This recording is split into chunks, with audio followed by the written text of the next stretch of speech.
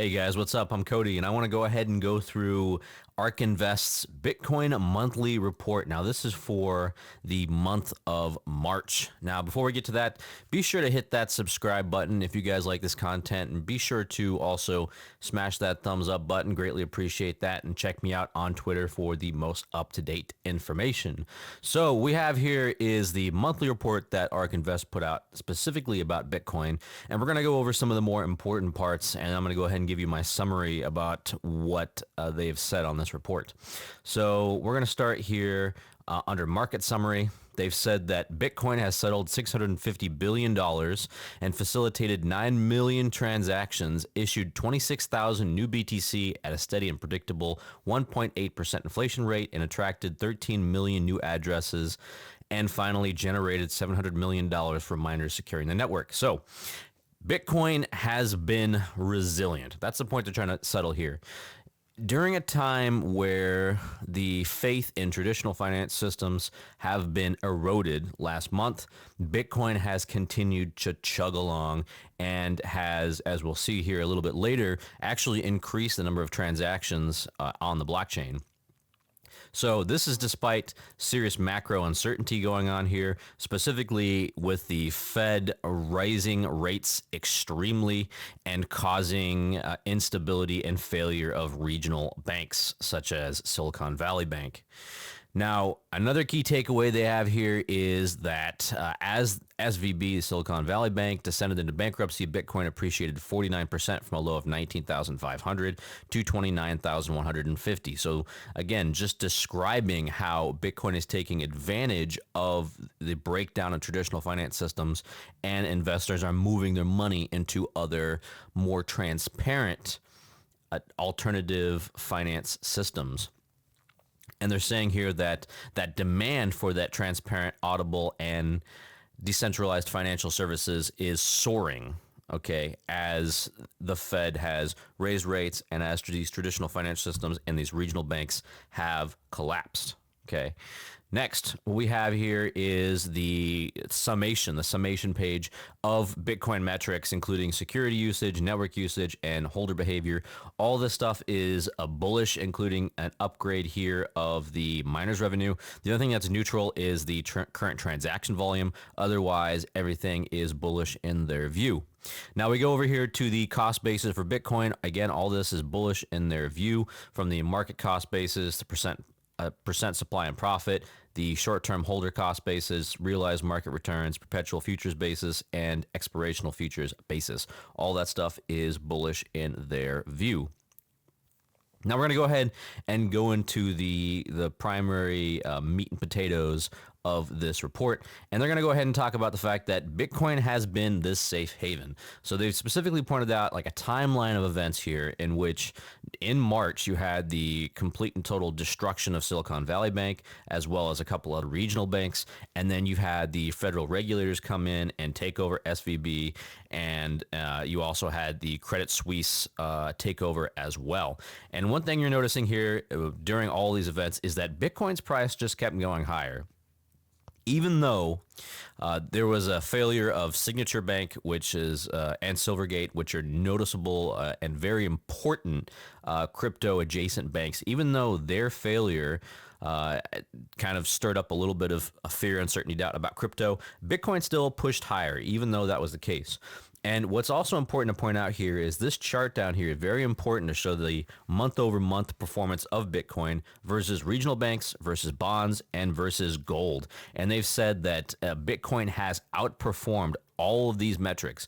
It's outperformed bonds, it's outperformed gold, it's outperformed on both a year-to-year basis and a monthly basis for all of these asset classes. And that is very, very impressive in my opinion. So in their view, they've also come out and said that crypto is a solution to the central points of failure, the opacity and the traditional regulatory lapses in the traditional finance system. And that is one of the reasons why Bitcoin has continued to go up through March. They've also pointed out here that this banking scare has had a noticeable impact on certain stablecoins, primarily USDC and DAI. So what happened here is that Circle, which is a part of USDC, Circle disclosed that 8% of assets backing USDC were in uninsured accounts at Silicon Valley Bank. Okay, and that caused the stablecoin's price to depeg. And that being said, Circle never failed to redeem USDC for $1. And they continue to process many of these transactions during the month. And so we've also seen a move up from the stablecoins from USDC to Tether and DAI. And so you can see here that the month-to-date change in circulating supply, specifically for DAI, has come down a little bit. And USDT has been the primary beneficiary of concerns regarding USDC. So you can see here, USDT or Tether has been increasing dramatically as part of the supply.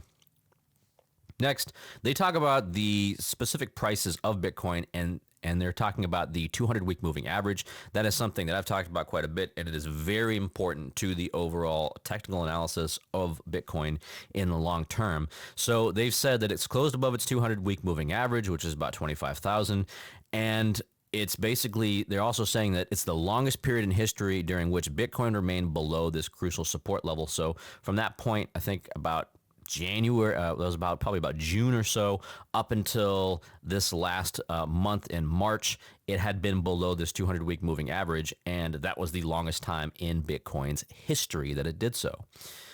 Next, they also go ahead and point out the fact that the number of transactions on the Bitcoin blockchain has risen dramatically, signaling high network activity. So they've said it reached over 250,000 consistently throughout 2023 for the first time since April of 2021. So you can see here that this had gone down dramatically during the I guess you could call it the bottom of the bear market, and then it continued to go sideways for a while, only popping up after about this year or so, earlier this year.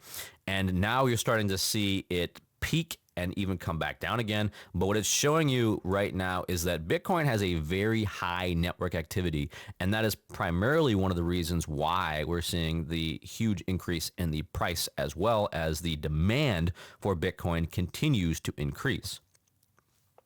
Next, they also go ahead and talk about something that's very important, and that is the one-year holder supply. The one-year holder supply right now has hit nearly 70% of circulating Bitcoin, and that is incredibly important because these long-term holders are much less likely to sell compared to short-term holders, and they almost provide like a floor under the Bitcoin price. So the more of these long-term holders hold a larger amount of the supply, then the less volatile the Bitcoin price becomes. All right, so they've pushed up to this level. This is a level that previously has been unreached, so we're kind of at an all-time high at this point. Next, they also talk about the short-term holder SOPR, and this is something that I've talked about a few times myself.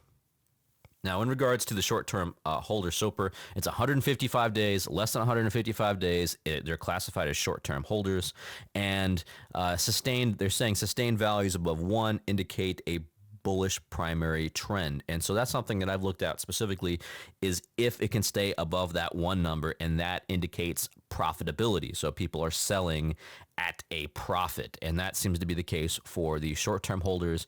And I was also looking at the long-term holders. It's been a little bit under that level, but short-term holders right now are selling in profit, and that is bullish according to ARK.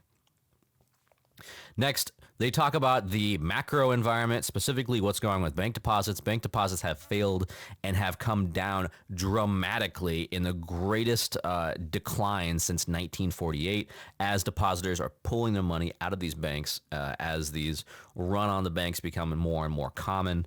And some of this money is going to other banks, and some of it's going to Bitcoin and crypto. So they also point out the fact the Federal Reserve has an increase in their balance sheet of over $350 billion, and this has kind of reversed that quantitative tightening. So when they reduce the size of their balance sheet, that's quantitative tightening. And it seems like in this case, they've increased the size of their balance sheet. They've lent out a significant amount of money to the banks. And this has been their solution to address this banking crisis. Finally, they talk about consumer confidence, and consumer confidence is at a low not seen since the early 1980s.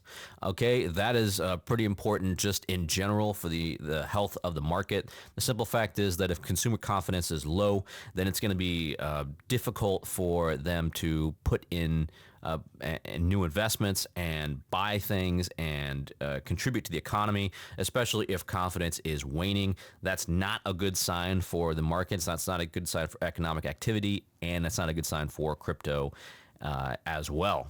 All right. Next, they also talk about the fact that the housing markets have declined for the first time. Housing prices have declined year over year for the first time since 2012. This is something that has been kind of previewed in the last year or so. I've heard many people talk about the home prices declining as the Fed increased interest rates.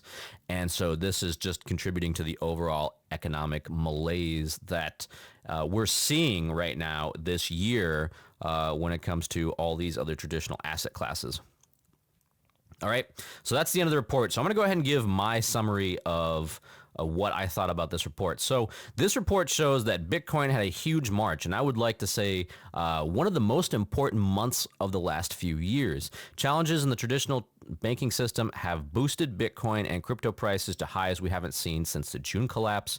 The macro picture continues to be challenging for Bitcoin, but despite this, we've seen a consistent rise in both the number of transactions and the long-term holder supply. Bitcoin remains one of the primary beneficiaries of a lack of trust in traditional finance systems and will continue to benefit as long as we continue to have uncertainty with banks. All right, so that's all I've got for you guys today. Let me know what you guys think about this report and if you agree or not with the findings of this report. As usual, I'll have the report linked, or where you can find it linked, in the description of the video. This is Cody the Coin Raptor, and I hope to catch you guys in the next video.